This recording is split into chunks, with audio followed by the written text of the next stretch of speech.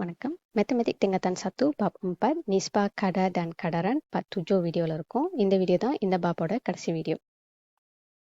இந்த வீடியோல நம்ம பார்க்க போறது perkaitan antara nisbah kadar dan kadaran dengan peratusan pecahan dan perpuluhan. இது வந்துட்டு எல்லாமே தனித்தனியா வராது. யூசுவலி 2 இல்லைனா 3 வந்து ஒரே கொஸ்டின்ல பார்க்கணும். ஓகே.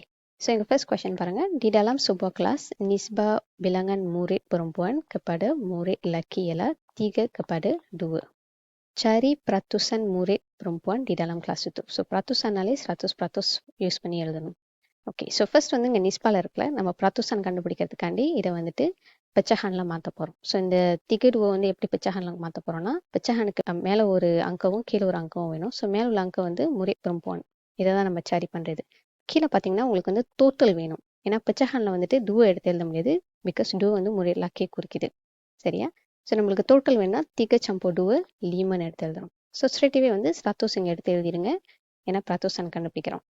ஸோ 1 darab 5, 2 வந்து 10. ஸோ 3 darab 20 வந்துட்டு 60%. ஸோ இதுதான் இந்த கேள்வியோட விடை. அடுத்த கேள்வி பாருங்க. Diketahui bahwa 35% daripada sebuah cakera keras komputer telah diisi dengan data. Cakera kerasனா hard disk. So ஒரு கம்ப்யூட்டரோட ஹார்ட் டிஸ்க் வந்து 35% வந்து டேட்டா ஃபில் அப் பண்ணியாச்சு. cari nisbah capacity. Okay, cari nisbah வந்து கேட்டிருக்காங்க. So capacity yang telah diisi dengan data kepada capacity yang belum diisi dengan data. ஓகேவா? So இந்த நிஸ்பாவை தான் நம்ம கண்டுபிடிக்கணும். ஸோ உங்களுக்கு கொஷனில் வந்து இந்த கப்பாடை கொடுத்துருக்காங்களா, ஸோ இதுக்கு முன்னாடி பின்னாடி உள்ள இன்ஃபர்மேஷன் தான் நீங்கள் இப்படி எடுத்து எழுதுறீங்க. ஓகே. ஸோ டிஇசி வந்துட்டு நம்மளுக்கு 35% அப்படின்னு கொடுத்தாச்சு. ஸோ பெல்லும் டிஇசி வந்து கண்டுபிடிக்க ரொம்ப சுலபம். ஸோ 100%லேருந்து 35% வந்து தொலா பண்ணிங்கன்னா 65% கிடைக்கும். ஸோ இந்த அங்கு தான் வந்து நம்ம இங்கே எடுத்து எழுத போகிறோம். டிஇசி 35, பெல்லும் டிஇசி 65. அதாவது பெர்சன்டேஜ் இல்லாமல் வெறும் நம்பரை மட்டும் எடுத்து எழுதுறோம். ஸோ இதை வந்து நம்ம என்னால் இன்னும் சுருக்க முடியும் 5ஆம் வாய்ப்பாடை வச்சு. ஸோ 7 darab 5, 35, 13 darab 5 வந்து 65 இருக்கும். ஸோ இதுக்கு மேலே அதை சுருக்க முடியாது. ஸோ இதுதான் வந்து உங்களோட விடை. அவங்க நிஸ்பா தான் கேட்டிருக்காங்க. ஸோ இந்த நிஸ்பாவை நம்ம கண்டுபிடிச்சிட்டோம். இப்போ இந்த கேள்வி பார்ப்போம். Tentukan peratusan kuantiti berikut dengan mengaplikasikan konsep kadaran. Oke, so konsep kadaran வந்துட்டு நம்மளுக்கு A per B sama dengan C per B Tன்னு இருக்கும். ஸோ இந்த ஃபார்முலா வந்து நம்ம கண்டிப்பாக யூஸ் பண்ணணும். ஓகேவா? ஸோ இதை வந்து ஃபில் அப் பண்ணுறதுக்கு தான் இங்கே உள்ள இன்ஃபர்மேஷன் கொடுத்துருக்காங்க. 14 daripada 56 orang murid menyiapkan kerja rumah mereka dalam masa 1 jam.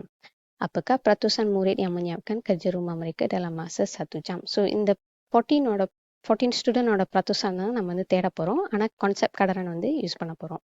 So first வந்துட்டு ஏபி அதை வந்து எழுத போகிறோம். ஸோ ஏ வந்து 14 murid,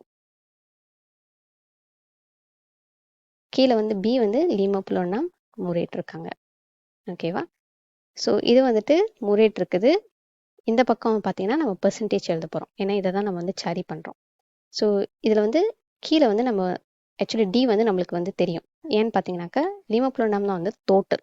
ஸோ டோட்டல் பெர்சன்டேஜ் பார்த்தோம்னா அது 100 தான் வரும். ஓகேவா? ஸோ மேலே உள்ள இந்த பெர்சன்டேஜ் தான் நம்ம கண்டுபிடிக்க போகிறோம். இது ப்ளஸ் முறைடு வந்து எத்தனை பெர்சன்டேஜ் அப்படின்னு ஈக்குவலாக எவ்வளோ வருதுன்னு. ஓகே. ஸோ இதை செய்கிறதுக்கு நம்ம வந்து கெடா penerapan silang வந்து யூஸ் பண்ணலாம். So 56 darab dengan X, 56X, 100 darab dengan 14 வந்துட்டு 1400. So X sama dengan 1400 bahagi dengan 56. ஓகேவா? ஸோ பிரத்துசான் தான் கண்டுபிடிச்சிட்டு இருக்கோம். ஸோ நம்ம வந்து இதை கால்குலேட்டரில் போட்டு நீங்கள் செஞ்சீங்கன்னாக்கா உங்களுக்கு விடை வந்து 25% வரும். ஓகே. இது வந்து கான்செப்ட் கடரானை யூஸ் பண்ணி செஞ்சது.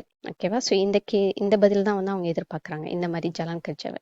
இதுவே வந்து கான்செப்ட் கடரான் அப்படின்னு சொல்லி அவங்க கொஷனில் கொடுக்கலனாக்கா நீங்கள் இதே இன்னும் சுலபமாக செஞ்சிடலாம். அதாவது கொடுக்கப்பட்ட இன்ஃபர்மேஷன் வந்துட்டு பச்சானில் எடுத்து எழுதிட்டு darab dengan 100 பண்ணுவீங்க.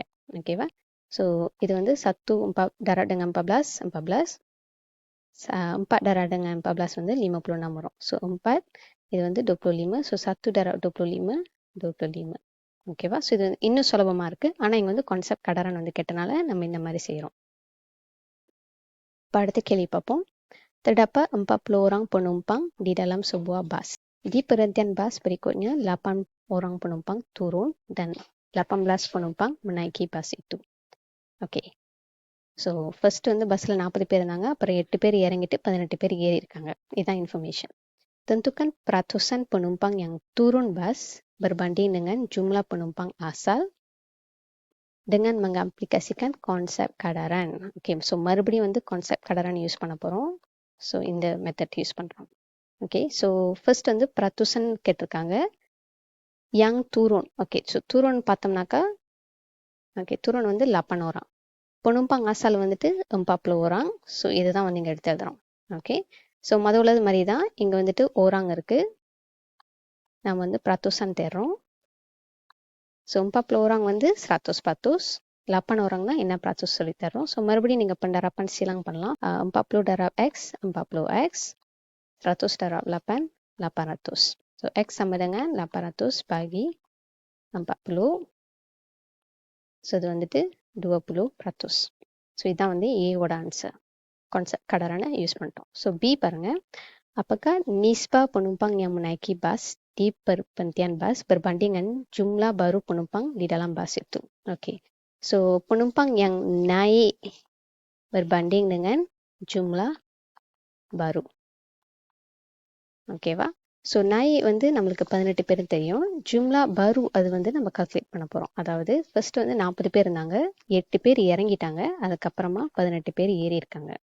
ஓகே, ஸோ இதை நீங்கள் பார்த்தீங்கன்னா 40 tolak 8 வந்து 32 tambah dengan 18 50 orang. Okay, so இதை வந்து நம்ம இப்படியே விடலாம், பட் இது வந்து சுருக்க முடியும். bagi 2 பண்ணிங்கன்னா முடியும். ஸோ 9 வரும். ஸோ இதுதான் ஆன்சராக எடுத்து எழுத போகிறோம். ஓகே, ஸோ இதோட வந்துட்டு நம்ம நிஸ்பா கடா டன் கடாரான் பற்றி படித்து முடிச்சிட்டோம். நன்றி.